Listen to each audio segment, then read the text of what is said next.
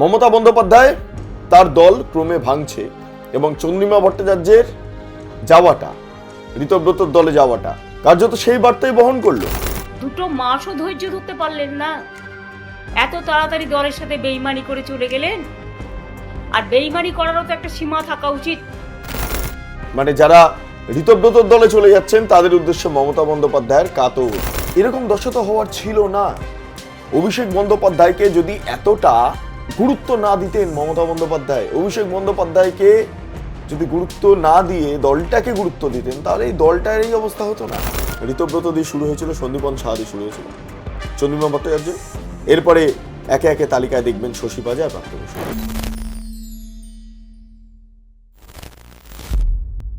এবার ঋতব্রতর দলে চলে এলেন চন্দ্রিমা ভট্টাচার্য। এরপর আরো দেখুন কারা কারা আসে। যেটা জানা যাচ্ছে, শশী পাজা, ব্রাত্য বসু তারা এবার ধীরে ধীরে ঋতব্রতর দলে চলে আসবেন। কিন্তু চন্দ্রিমা ভট্টাচার্য মমতা বন্দ্যোপাধ্যায়ের একদম ঘনিষ্ঠ, অর্থ প্রতিমন্ত্রী, বাজেট করেছেন, মমতা বন্দ্যোপাধ্যায় হাতে চিরকুট ধরিয়ে দিয়েছেন, চিরকুটে ডিএ ঘোষণা হয়েছে। এই চন্দ্রিমা ভট্টাচার্য এবার বলছেন যে তার কোনো কথা শোনা হতো না, তার কোনো কাজ গ্রহণ করা হতো না, ক্যামাক স্ট্রিট এর নেপথ্যে দায়। এবার ধীরে ধীরে সবটা খুলছে। আর মমতা বন্দ্যোপাধ্যায় বলছেন, আর তো একটা মাস দেখে নিতে পারতেন, এত তাড়াতাড়ি কেন করলেন? না, এটা বৈঠকও না, শিবিরের কোনো ব্যাপার নেই। এখানে যদি আমি বিধানসভায় এসেছি, আমার কতগুলো যে নথিপত্র দিতে হবে আমাদের, যা এখানে টেনশনের জন্য, তো সেই জায়গায় যদি আমায় সেই নথিগুলো নিতে হয় কিংবা কি আমায় দিতে হবে সেটা জানতে হয়, আমাকে তো একটা ঘরে বসতে হবে। সেই ঘরটা নিশ্চয়ই সরকার পক্ষের ঘরে গিয়ে বসবো না, বিরোধী পক্ষের ঘরে গিয়ে বসবো, আমি তাই বসবো। মানে যারা ঋতব্রতর দলে চলে যাচ্ছেন তাদের উদ্দেশ্যে মমতা বন্দ্যোপাধ্যায়ের কাতর আবেদন, কাতর বক্তব্য। এই সবটা মিলিয়েই বর্তমান রাজনীতি আরো আরো মানে জটিল হয়ে গেল বলা যেতে পারে। মমতা বন্দ্যোপাধ্যায় তার দল ক্রমে ভাঙছে এবং চন্দ্রিমা ভট্টাচার্যের যাওয়াটা, ঋতব্রতর দলে যাওয়াটা কার্যত সেই বার্তাই বহন করলো। এবার বলছি শশী পাজা আর ব্রাত্য বসু তারাও ধীরে ধীরে ঋতব্রতর দলে যোগদান করবেন। এই শশী পাজাও মমতা বন্দ্যোপাধ্যায়ের একদম ঘনিষ্ঠ ছিলেন। চন্দ্রিমা ভট্টাচার্য তো এতই ঘনিষ্ঠ ছিলেন যে মমতা বন্দ্যোপাধ্যায়ের কথায় দুঢোক জল বেশি খেতেন। কিন্তু হঠাৎ করে তিনিও পরিবর্তিত হয়ে গেলেন। কালকে দেখা গেল তিনি বিধানসভায় গেলেন, বিধানসভাতে গিয়ে তাকে রিসিভ করলেন ঋতব্রত বন্দ্যোপাধ্যায়, তারপর অন্যদিকে দাঁড়িয়ে আখরুজ্জামান, তাঁরা চন্দ্রিমা ভট্টাচার্যকে রিসিভ করলেন বিধানসভার 2 নম্বর গেটে। তারপর চন্দ্রিমা ভট্টাচার্য ধীরে ধীরে প্রবেশ করলেন বিধানসভার অভ্যন্তরে। তারপর ঋতব্রতর ঘরে বসে সবাই আড্ডা মারলেন। হ্যাঁ, তার সঙ্গে আরেকজনও ছিলেন, দেবাশিস কুমার। দেবাশিস কুমার মনে থাকবে যে তিনি পুরসভার ভেতরে যে প্রোগ্রাম ছিল, শুভেন্দু অধিকারী যখন পৌঁছান রাজ্যের মুখ্যমন্ত্রী, তখন দেবাশিস কুমার বেশ আনন্দে হাসি মুখে শুভেন্দু অধিকারীর সঙ্গে কথা বলছিলেন। আর এই দেবাশিস কুমার তিনি ঢুকে গেলেন ঋতব্রতর ঘরে, মিটিং করলেন, বৈঠক করলেন, কিভাবে ঋতব্রত দলকে এগিয়ে নিয়ে যাওয়া যায়, অর্থাৎ এই নব তৃণমূল কংগ্রেসকে কিভাবে এই তৃণমূল কংগ্রেসের যে প্রতীক আছে সেই প্রতীকটা নিজেদের কাছে নিয়ে আসা যায়, কিভাবে তৃণমূল ভবনে কখন কে কারা যাবেন না যাবেন এই বিষয়টাকে আরো স্পষ্ট করা যায়, এই বিষয়টাকে আগে চূড়ান্ত করা যায়, এইগুলো নিয়ে আলোচনা করলেন মমতা বন্দ্যোপাধ্যায় আর অভিষেক বন্দ্যোপাধ্যায়ের দাদাগিরি নিয়ে, মমতা বন্দ্যোপাধ্যায়ের ভবিষ্যৎ নিয়ে, এই সব নিয়ে আলোচনা হলো, বিস্তর আলোচনা হলো। কথা হলো যেটা আমরা জানতে পারছি, শশীদি কবে আসবেন, ব্রাত্যদা কবে আসবেন।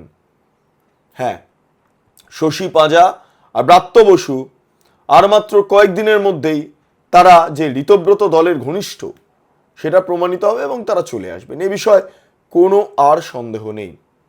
মমতা বন্দ্যোপাধ্যায়ের দল আরো ভাঙছে, আর মমতা বন্দ্যোপাধ্যায় এটা বুঝতে পারছেন। এমন দিন আসতে চলেছে যে মমতা বন্দ্যোপাধ্যায়, অভিষেক বন্দ্যোপাধ্যায় ছাড়া দলে আর কেউ থাকবেন না।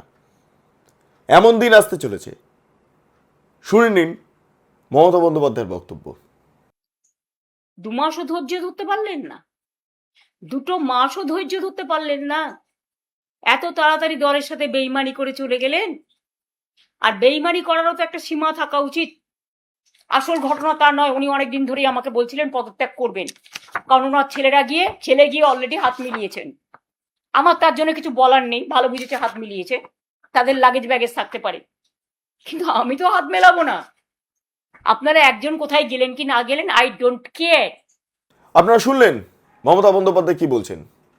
বোঝাই যাচ্ছে তিনি অত্যন্ত চাপে রয়েছেন, মস্তিষ্কে অত্যাধিক চাপ, এবং সেই চাপের জন্যই আজকে তার এই দশা। কিন্তু এরকম দশা তো হওয়ার ছিল না। অভিষেক বন্দ্যোপাধ্যায়কে যদি এতটা গুরুত্ব না দিতেন মমতা বন্দ্যোপাধ্যায়, অভিষেক বন্দ্যোপাধ্যায়কে যদি গুরুত্ব না দিয়ে দলটাকে গুরুত্ব দিতেন, তাহলে এই দলটার এই অবস্থা হতো না। এই দলের যারা কর্মীরা, যারা অভিষেক বন্দ্যোপাধ্যায়ের কর্মকাণ্ড নিয়ে বিভিন্ন অভিযোগ তুলছেন, আপনি তাদের অভিযোগ না শুনে অভিষেক বন্দ্যোপাধ্যায়ের পাশে দাঁড়াচ্ছেন, তাদের অভিযোগ শুনছেন না। তাদের অভিযোগটা যদি মন দিয়ে শুনতেন, তাহলে অভিষেক বন্দ্যোপাধ্যায়কে সরিয়ে দিয়ে আপনি দলটাকে বাঁচাতে পারতেন। এতে বোঝা গেল ভাইপো প্রীতি অত্যন্ত গুরুত্বপূর্ণ। আর যেভাবে এগোচ্ছে, তাতে করে মমতা অভিষেক ছাড়া দলে আর কেউ থাকছেন না। ধীরে ধীরে খালি হয়ে যাবে। আর কয়েকদিনের মধ্যেই শশী পাজা, ব্রাত্য বসুর কথা তো বললাম, দেখুন বিমান বন্দ্যোপাধ্যায়, কুণাল ঘোষ, শোভনদেব চট্টোপাধ্যায়, তারা এবার কি করেন দেখুন, ভাবুন, বাবা প্র্যাকটিস করুন। অবস্থা খুব খারাপ। মমতা বন্দ্যোপাধ্যায় কেঁদে ফেলছেন, তার মুখ চোখ শুকিয়ে গিয়েছে। এখন আর কেয়া শেঠ মেকআপ করে দেন না কেয়া শেঠ। তার দাঁতে সমস্যা দানা বেঁধেছে মমতা বন্দ্যোপাধ্যায়ের, দাঁতে প্রবলেম হয়েছে। অনেক বয়সের কারণে অনেক কিছু ঘটছে। আর একটা জিনিস মাথায় রাখবেন, আর যদি মমতা বন্দ্যোপাধ্যায় হঠাৎ যদি তিনি অসুস্থ হয়ে পড়েন, কারণ তার যা শারীরিক পরিস্থিতি দেখতে পাচ্ছি, তার যা চিন্তা দেখতে পাচ্ছি, তৃণমূল কংগ্রেসের বাকি লোক কিন্তু অভিষেক বন্দ্যোপাধ্যায়কে ছিঁড়ে খাবে। অভিষেক বন্দ্যোপাধ্যায় কিন্তু আর ধোপে টিকবে না। দলের অভ্যন্তরে, দলের বাইরে, পলিটিক্যালি, ইডি সিবিআই সহ বিভিন্ন ক্ষেত্রে অভিষেক বন্দ্যোপাধ্যায়কে মানুষ ছিঁড়ে খাবে। সাধারণ মানুষ ডিম তো ছুঁড়েছেন, ছিঁড়ে খাওয়াটা এখনো শুরু করেননি, সেটাও সম্ভবত শুরু হবে মমতা বন্দ্যোপাধ্যায়ের যদি শারীরিক অসুস্থতা দেখা দেয়। কারণ দলটা শেষ হয়ে যাওয়ার জেরে মমতা বন্দ্যোপাধ্যায় মানসিকভাবে অনেকটা বিপর্যস্ত। মমতা বন্দ্যোপাধ্যায় বুঝতে পারছেন দলটা থাকছে না, তার দল, তিনি দলটাকে গড়ে পিঠিয়ে বড় করেছেন, কিন্তু এই দলটাকে এভাবে শেষ হচ্ছে, এটা দেখে মমতা বন্দ্যোপাধ্যায় শারীরিকভাবে আর সুস্থ নেই, তিনি অসুস্থ হয়ে পড়ছেন। তিনি সেন্ট্রালি চেষ্টা করছেন অনেক কিছু করার, কিন্তু তিনি বুঝতে পারছেন দলটা না থাকলে কিভাবে করবেন। মমতা বন্দ্যোপাধ্যায় আর তো মুখ নন, একটা সময় মুখ ছিলেন, এখন তার মুখ নন। ফলে এগুলো ভাবতে ভাবতে তিনি শারীরিকভাবে অনেকটা দুর্বল হয়ে পড়েছেন, তার সত্যি শরীরটা অনেকটা খারাপ হয়ে গিয়েছে। সেই কারণের জন্য অভিষেক বন্দ্যোপাধ্যায় চাপে রয়েছেন। যদি মমতা বন্দ্যোপাধ্যায় আজকে অভিষেকের থেকে মাথা সরিয়ে নেন বা হাত সরিয়ে নেন, তাহলেও দলের লোক শেষ করে দেবে অভিষেককে। ফলে অভিষেককে আড়াল করাটা বা অভিষেককে পাশে রাখাটা অত্যন্ত ইম্পর্টেন্ট, এবং সেটা যদি না হয় তাহলে তো খেলা শেষ। সেই কারণের জন্য মমতা বন্দ্যোপাধ্যায় বুঝেছেন দলটা যাক, দলের কোনো নেই, দলটা যাক, দলের মতো থাক, অভিষেক বন্দ্যোপাধ্যায়কে আগে বাঁচাতে হবে, ভাইপোকে বাঁচাতে হবে, এবং সেই নীতি অবলম্বন করেই আজকে এই কাণ্ড। আর সেগুলো করতে করতে ধীরে ধীরে দলটা খালি হয়ে যাচ্ছে, শূন্য হয়ে যাচ্ছে। একবার চন্দ্রিমা ভট্টাচার্য, ঋতব্রত দিয়ে শুরু হয়েছিল, সন্দীপন সাহা দিয়ে শুরু হয়েছিল, চন্দ্রিমা ভট্টাচার্য, এরপরে একে একে তালিকায় দেখবেন শশী পাজা আর ব্রাত্য বসু। এই হলো গল্প। যাই হোক, আপনাদের কি মতামত অবশ্যই আপনারা কমেন্ট সেকশনে জানান। আপনারা এতক্ষণ ধরে দেখছিলেন বেঙ্গল লিবার্টি। চ্যানেলটি অবশ্যই ভালো লাগলে লাইক করুন, সাবস্ক্রাইব করুন, শেয়ার করুন, বেল আইকন ক্লিক করুন www.bengalliberty.com। সেখানে ক্লিক করুন, সমস্ত খবর আপনাদের জন্য সাজানো রয়েছে। পাশাপাশি আরও দুটি YouTube channel, Bengal liberty live, Bengal liberty news, সংশ্লিষ্ট দুটি ইউটিউব চ্যানেলেও প্রবেশ করুন, লাইক করুন, সাবস্ক্রাইব করুন, শেয়ার করুন, বেল আইকন ক্লিক করুন। 3টি social media handle, Bengal liberty Facebook, Bengal liberty x যেটা সাবেক টুইট, এবং তার পাশাপাশি বেঙ্গল লিবার্টি ইনস্টাগ্রাম, সেখানেও প্রবেশ করুন, ভিজিট করুন, দেখুন, ভাবুন এবং ভাবা প্র্যাকটিস করুন। স্বাধীন কাছেহীন গেরিলা সাংবাদিকতার পাশে দাঁড়ান। অসংখ্য ধন্যবাদ।